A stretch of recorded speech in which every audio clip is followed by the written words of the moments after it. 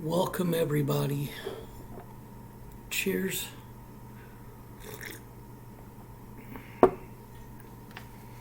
We're going to take a deep dive into Nehemiah.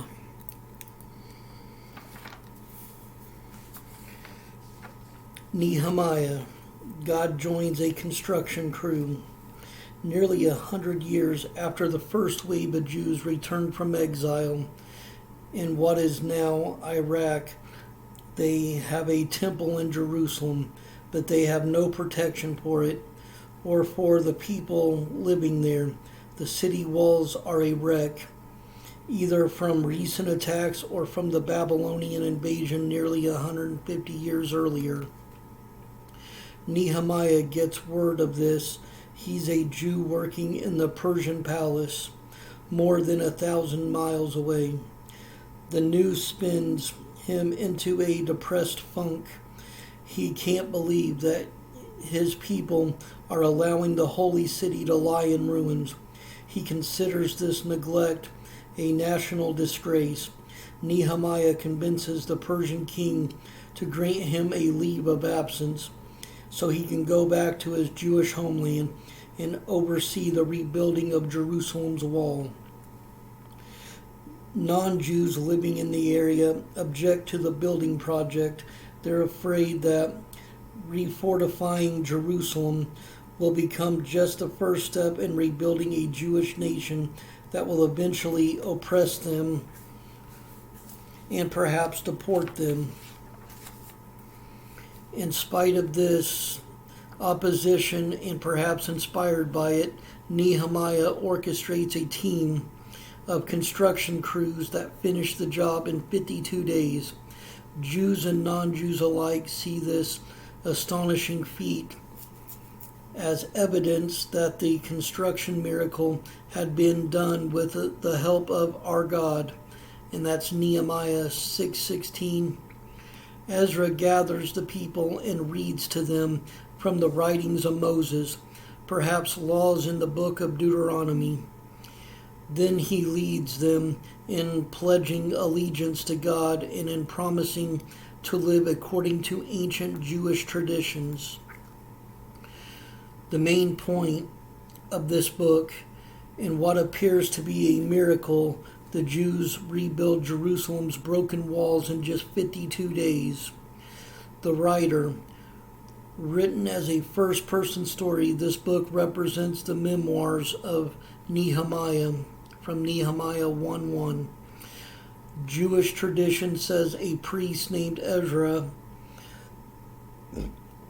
who knew Nehemiah, added these memoirs to his book. The book of Ezra and Nehemiah were originally a single volume, apparently written as a sequel to 1st and 2nd Chronicles, which were also a single volume. The date. The story takes place in about 445 BC and was probably written shortly after the events took place. In the location, Persia and Israel, Nehemiah leaves Susa, capital of the Persian Empire, in what is now Iran. He travels to Jerusalem. More than the king's wine taster, Nehemiah describes himself as the king's cupbearer, Nehemiah 1:11. That's a palace servant who brings the king his wine after tasting it to make sure no one has spiked it with poison. Sounding like a lowly position staffed by an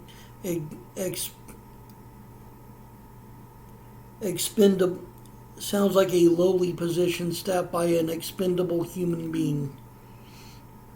But if that's true, why would the king give Nehemiah 1. An extended leave of absence, 2. Supplies to rebuild Jerusalem's walls, 3. Lumber to build himself a house in Jerusalem, and 4.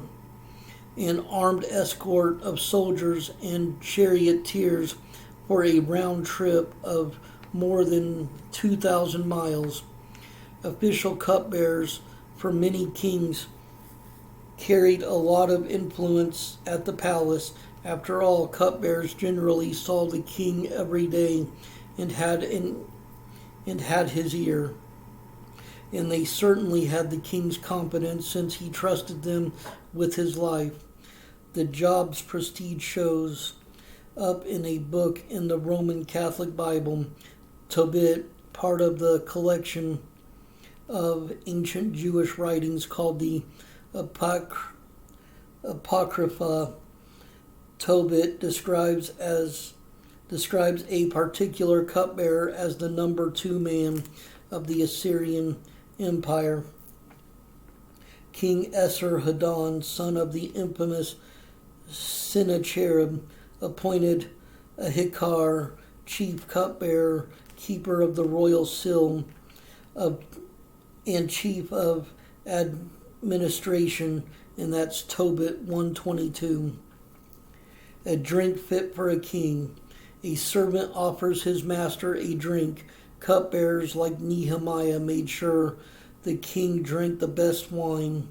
Nehemiah may have served the king in a golden goblet like this one. It's from Nehemiah's time and location in what is now Iran. And there's the picture of the golden cup that was talked about.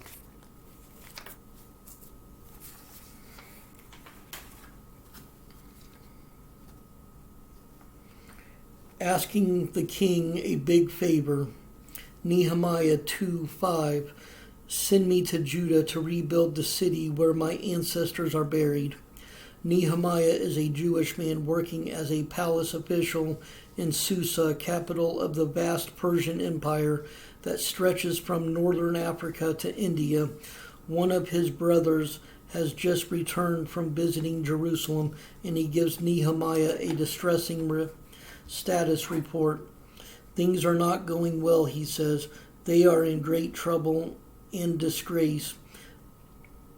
The wall of Jerusalem has been torn down, and the gates have been destroyed by fire.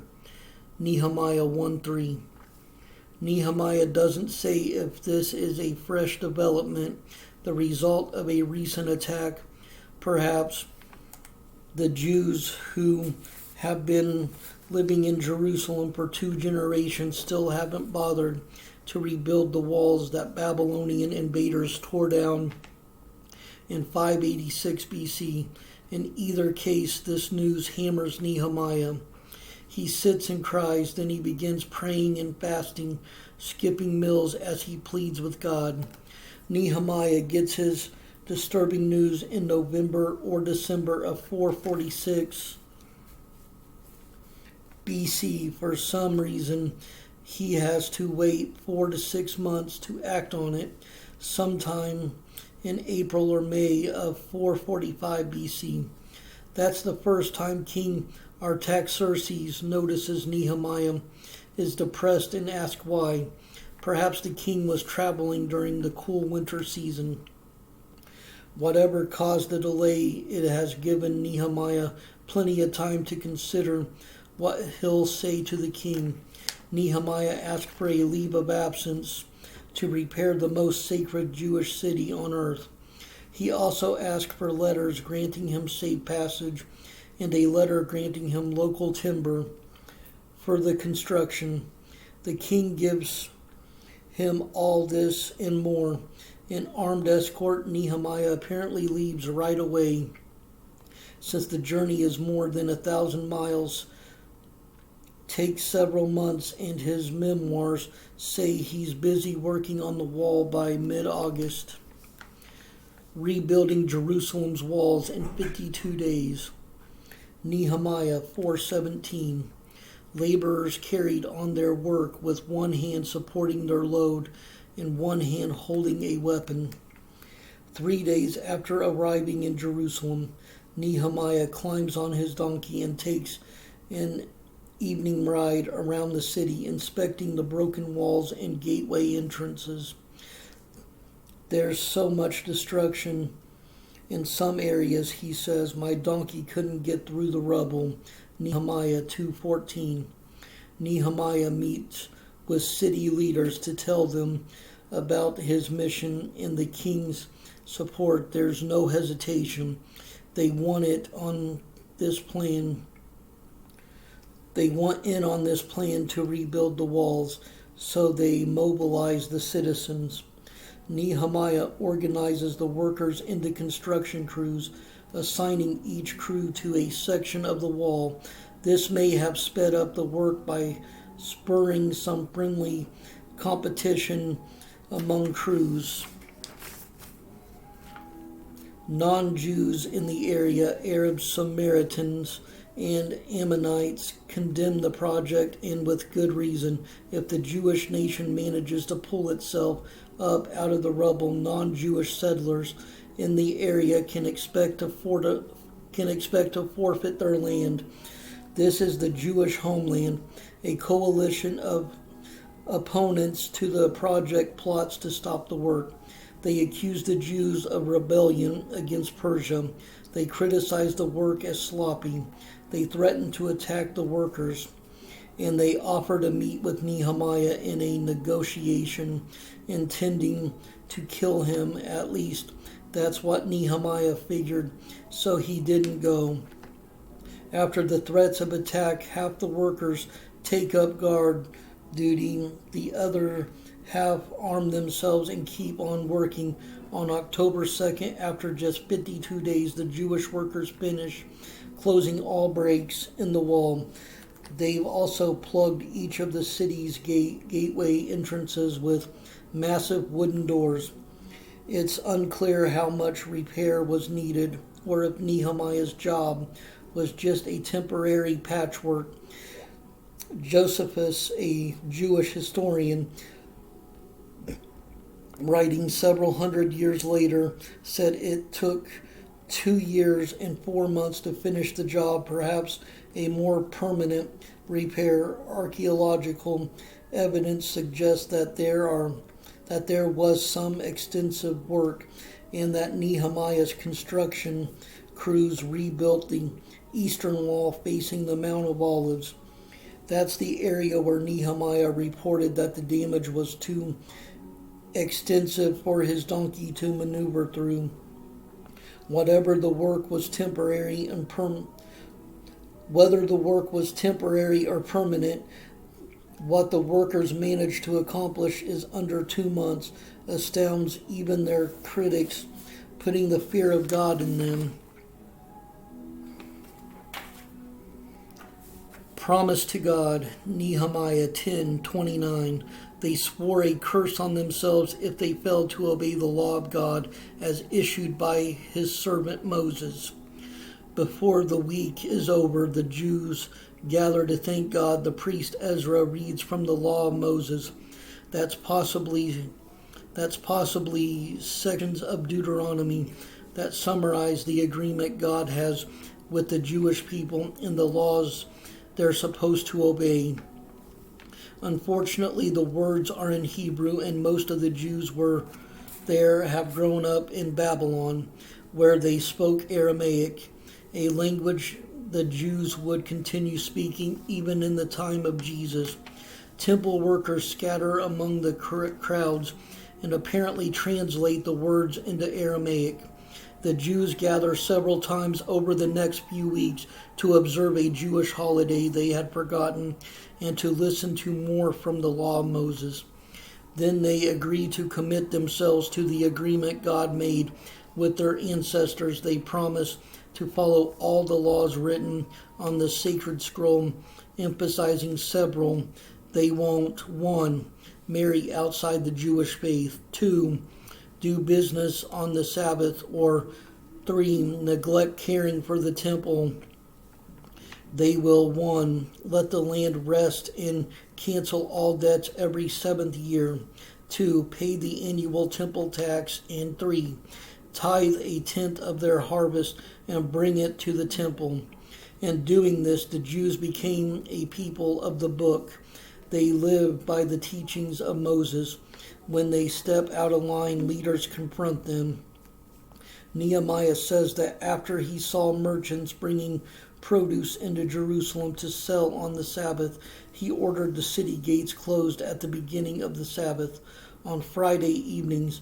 And when he meets Jewish men with foreign wives, he says, I made them swear in the name of God that they would not let their children intermarry with the pagan people of the land.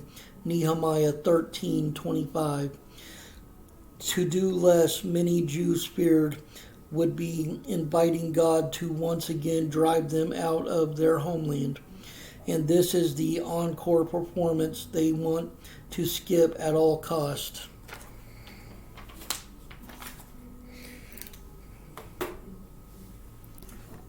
Stay blessed. Stay caffeinated. Much love.